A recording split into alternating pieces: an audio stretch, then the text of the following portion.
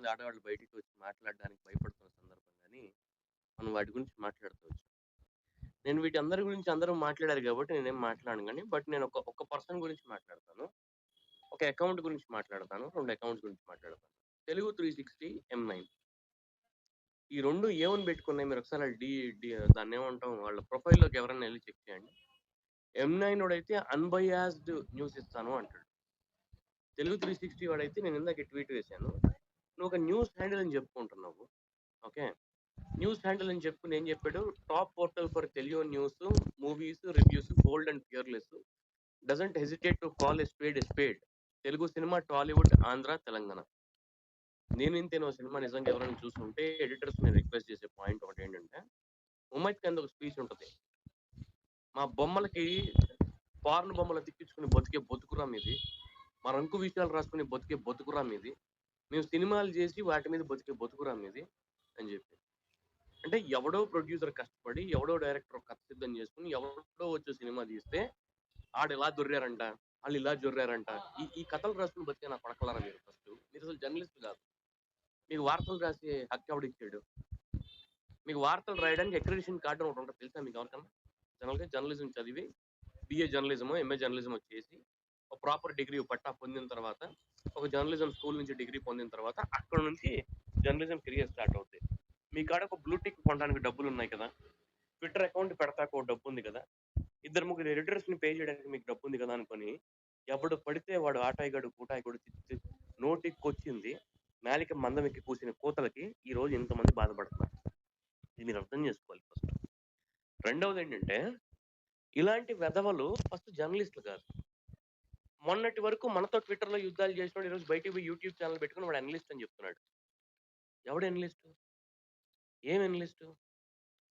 పోనీ అయన్నీ ఒప్పుకుందాం. ఈరోజు ఒక ఆడపిల్ల మీద లేదా ఒక చిన్న పిల్ల మీద, ఆడపిల్ల అనే మాట తీసేద్దాం కొద్దిసేపు. ఒక చిన్న పిల్ల మీద లేదా ఒక చిన్న అబ్బాయి మీద. ఒక అబ్బాయి కూడా మన గుండెలు కొట్టేసుకున్నాడు జగన్ సార్‌ని కలిసినప్పుడు. జగన్ గారు ఆయన కళ్ళు తుడవటం, అబ్బాయి కళ్ళు తుడవటం అందరూ చాలా ట్రెండ్ చేసాం ఆ వీడియో. అంత అద్భుతంగా అనిపించింది. అవి ట్రూ ఎమోషన్స్ ఒకటి. ఇప్పుడు ఇలాగే చంద్రబాబుని కలిసినప్పుడు కూడా వేరే వాళ్ళని ట్రోల్ చేశారు. పవన్ కళ్యాణ్ కోసం అయితే కొంపల్లో కొట్లాడి, తండ్రులతో ఇబ్బంది పడి, డబ్బులు తీసుకొని లాగేసుకొని బయటికొచ్చి సినిమాలో వేలం వెరిలో స్టంట్లు కొట్టుకుంటే ఇద్దరు కుర్రోళ్ళు చచ్చిపోతే అసలు మీ నాయకుడు వచ్చి పట్టించుకోలేదురా వాడిని. ఎవరు మాట్లాడారు? ఈరోజు ఒక చిన్న పాప వస్తే వాడు ఎంత పెద్ద ట్వీట్ చేసాడు. ఒక చిన్న విషయం కాదు. దాని గురించి ఒక స్క్రిప్ట్ రాయించి ఎంత పెర్ఫార్మెన్స్ ఏంటి? ఏమని రాస్తావురా తెలుగు 360 నువ్వు? జగన్ కోసం సొంత తల్లి, చెల్లి బాధపడట్లేదు. ఇంకో చిన్నపిల్ల ఏడుస్తదా అని. నువ్వు చస్తే నీ పెళ్ళామో, నీ తల్లి ఏడుస్తారో లేదో నాకు తెలీదు. స్ట్రెయిట్‌గా చెప్తున్నా. మా నాయకుడు ఓడిపోయాడని చెప్పి ప్రతి ఇంట్లో ఆయన ద్వారా లబ్ధి పొందిన ప్రతి తల్లి కన్నీరు పెట్టుకుంది. మంచి మనిషిని ఓడగొట్టిందేంటి రాష్ట్రం అని చెప్పి. అండ్ ఇంకొకటి మీకులాగా కుట్టీల కుట్ర రాజకీయాలు చేయలేదు జగన్మోహన్ రెడ్డి. తనకంటూ ఒక అభిమానం ఉంటది. అభిమానులున్నారు. వచ్చారు, కలిసారు. ఇంకోటి ఆయనేమి మామూలు మనిషి కాదు. అలాగని దైవాంశ సంభూతుడని నేను చెప్పట్లా. మాజీ ముఖ్యమంత్రిని చెప్తున్నా. ఆయనకి అంతకుముందు 150 సీట్లు ఇచ్చి గెలిపించింది ఇదే రాష్ట్ర ప్రజలు కదా! ఆళ్ళలో ఇంకో కొంతమందికి 5 ఏళ్ల పాటు అభిమానం ఉంటది. ఆళ్ళ పిల్లలకి ఆ అభిమానాన్ని వాళ్ళు చూపిస్తారు. క్రికెట్‌లో మీకో స్టార్ నచ్చొచ్చు. సినిమాలో ఒక స్టార్ నచ్చొచ్చు. రాజకీయాల్లో ఒక చిన్న పాపకి ఒక జగన్ అనే వ్యక్తి నచ్చితే పాపమా? తప్పా? దాన్ని మీరంతగా వేలెత్తి చూపించాల్సిన అవసరం ఏముంది? అంత అవహేళన చేయాల్సినటువంటి పరిస్థితి ఏర్పడింది. ఇప్పటికిప్పుడు నీ బోటి పెద్ద హ్యాండిలొచ్చి ఆ ఆడపిల్లని క్యారెక్టర్ అసాసినేట్ చేసే విధంగా నువ్వు రాసిన తప్పుడు రాతలు నీకెవడిచ్చాడురా హక్కు అసలు? ప్రతి లంబడీ కొడుకు జర్నలిస్ట్‌లే ఈరోజు. ఏ బొక్క తెలీదు నా కొడుకులకి.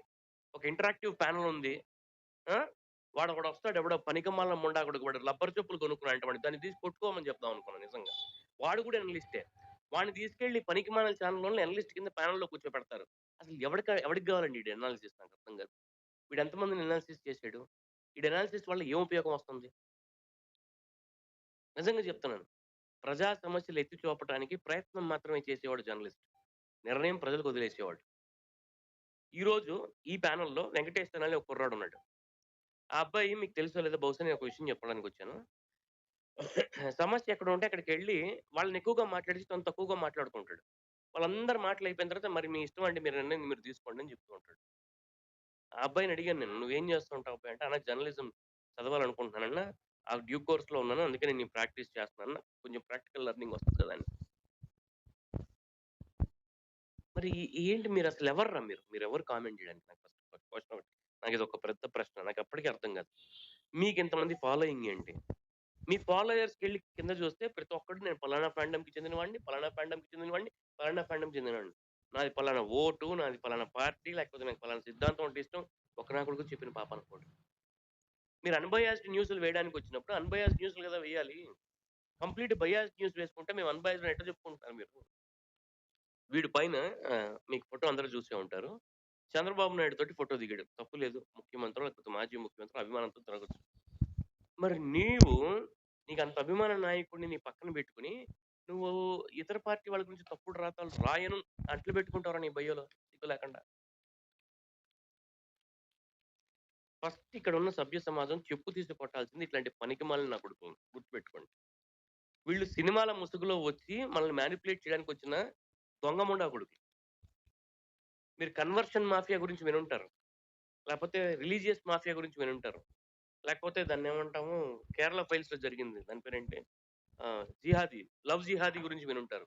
ఈ నా కొడుకులు లవ్ యెల్లో బ్యాచ్ ఈళ్ళంతా. స్ట్రెయిట్‌గా చెప్తున్నా. వీళ్ళకేమీ తెలీదు. పోనీ వీడిని పిలుచుకొచ్చి మాట్లాడి, "అరేయ్! నువ్వు చేసావంటే" వాడేం చెప్తాడు చెప్పనా సరదాకి మీ అందరికి? "నాకు తెలీదండి. నా అడ్మిన్ చేసాడు. నాకు తెలియంగానే డిలీట్ చేయించాను" అని. It doesn't work out.